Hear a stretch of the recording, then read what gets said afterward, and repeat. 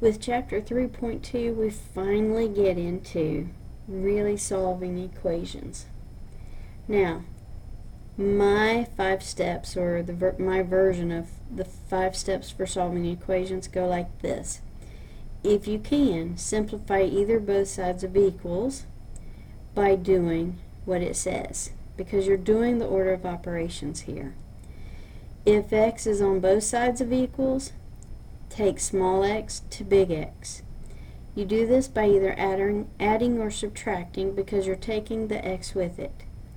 After that, eliminate whatever's added or subtracted to the x, again by doing the opposite. Eliminate x, whatever's multiplied or divided to the x, by doing the opposite, and remember, take the sign with it. So if it's negative 2x, you're going to divide by a negative 2. Then if you do this, check by putting the solution into the original problem. Now, y minus 5 equals negative 2 minus 6. Can I simplify something? Yes, I can simplify negative 2 minus 6. That would give me a negative 8. And never, ever, never do these in pieces, because if you do it in pieces, you are going to get it wrong, I promise you. Now, is there a y on both sides? No. So we skip step 2. Now, eliminate whatever's added or subtracted to the variable.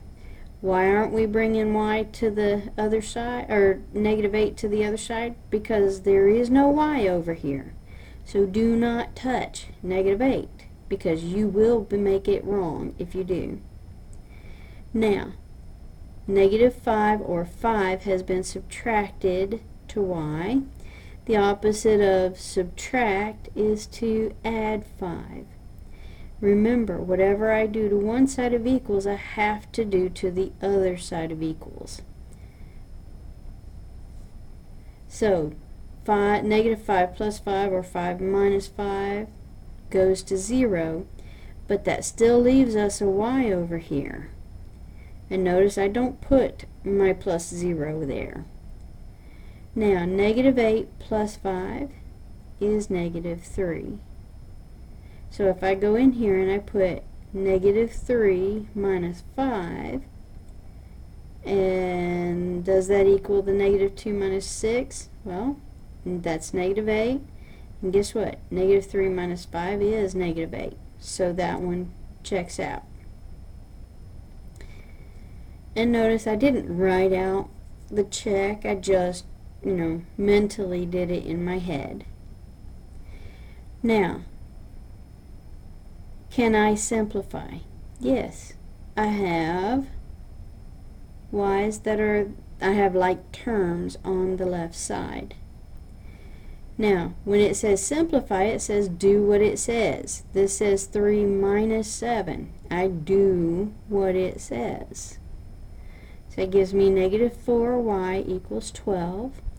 And remember, when negative 4 is hugged up to y, that means times. The opposite of timesing is to divide.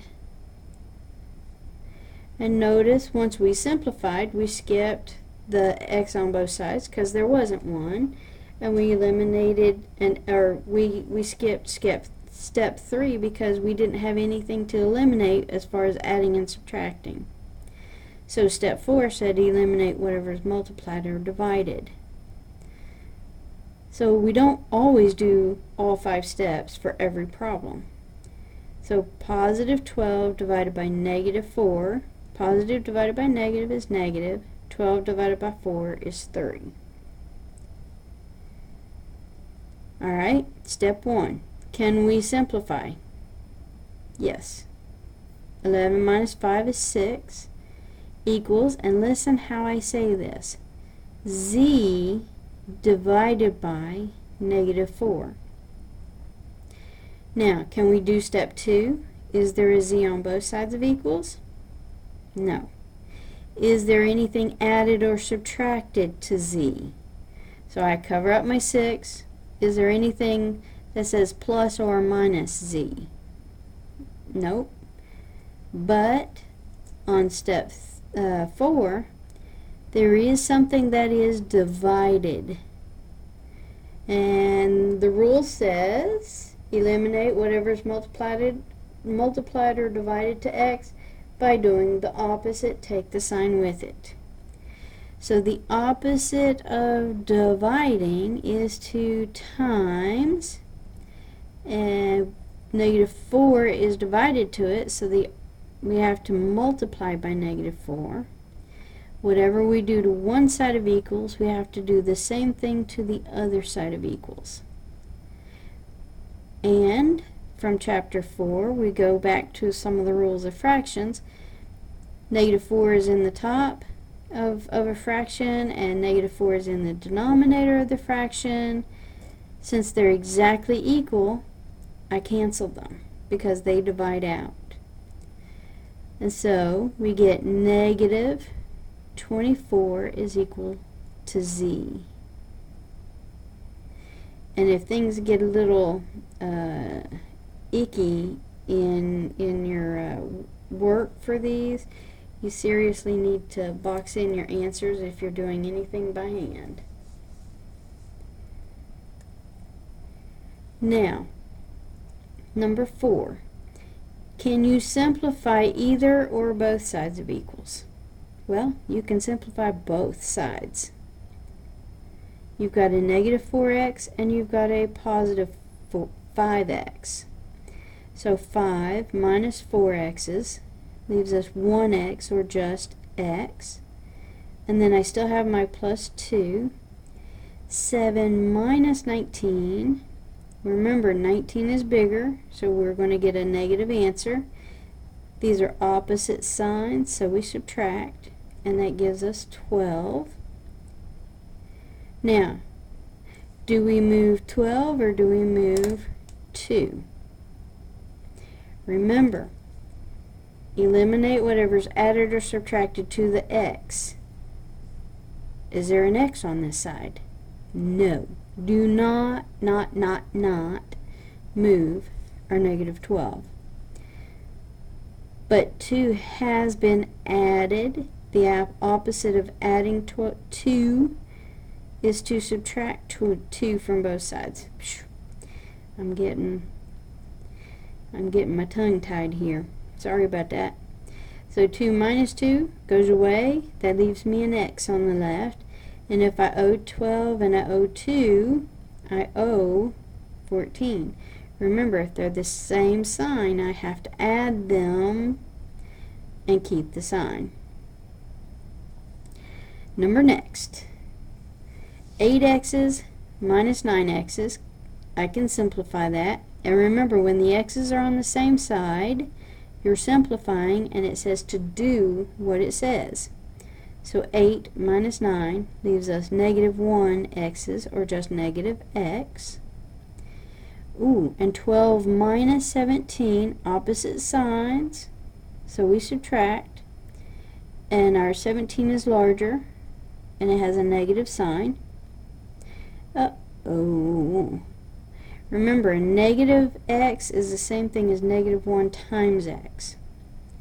The opposite of timesing by -1 is to divide by -1. And so that gives us x equals 5. Questions? Ask in class. Now, 3 times 3x and 3 times -5. So simplifying here just means using the distributive property. So 9x minus 15 equals 10x. Now, we haven't had this a whole lot, and actually on this page we haven't had any of these. Now we've got an x on both sides. And the rule is small x to big X, either by adding or subtracting. Well, I look at the sign in front of 9x and it's positive. So it has been added to the left side. The opposite would be to subtract it. So when I subtract 9x from both sides, chop chop, that goes away. And we're left with negative 15 on the left. Sweet. 10 minus 9 leaves us 1x, or just x. And we are done at that point. At least with that problem. Not done with the handout though. Now 2x's minus 6x's is negative 4x's. And then we distribute. So that's negative 5x's and minus 20 minus 39. Sometimes simplifying doesn't mean it's done in one step. So negative 4x's equal negative 5x's minus 59. Now, which one is smaller, negative 4 or negative 5? You got it. Negative 5 is smaller. The opposite of subtracting it is to add it to both sides. And that leaves us 1x equals, chop chop, negative 59. Alright? When you do the last four kind of problems, when you do those problems like that, make sure you have your translations page in front of you while you work these, because there are 5 of them that you have to be seriously very careful about, because they have to switch order. One of those would be like this: 11 subtracted from a number. When it says a number, usually they want you to use x. And remember, this has to switch order. And then subtracted from means minus, and then our 11. Twice a number. A number would be x. Twice that would mean 2 times x, or just 2x. Now, the product of 7 and a number. That would look like 7 times x. The issue here, though, is added to. That means, again, the order has to switch. So the 100 comes first, then we put a plus sign, and then we put our 7x. Are you still with me? I hope so. Negative 10 decreased by 7 times a number. Decreased by keeps the order it's in. So decreased by means minus. Negative 10 is negative 10. And then 7 times a number means 7x. Remember, if you have questions, ask.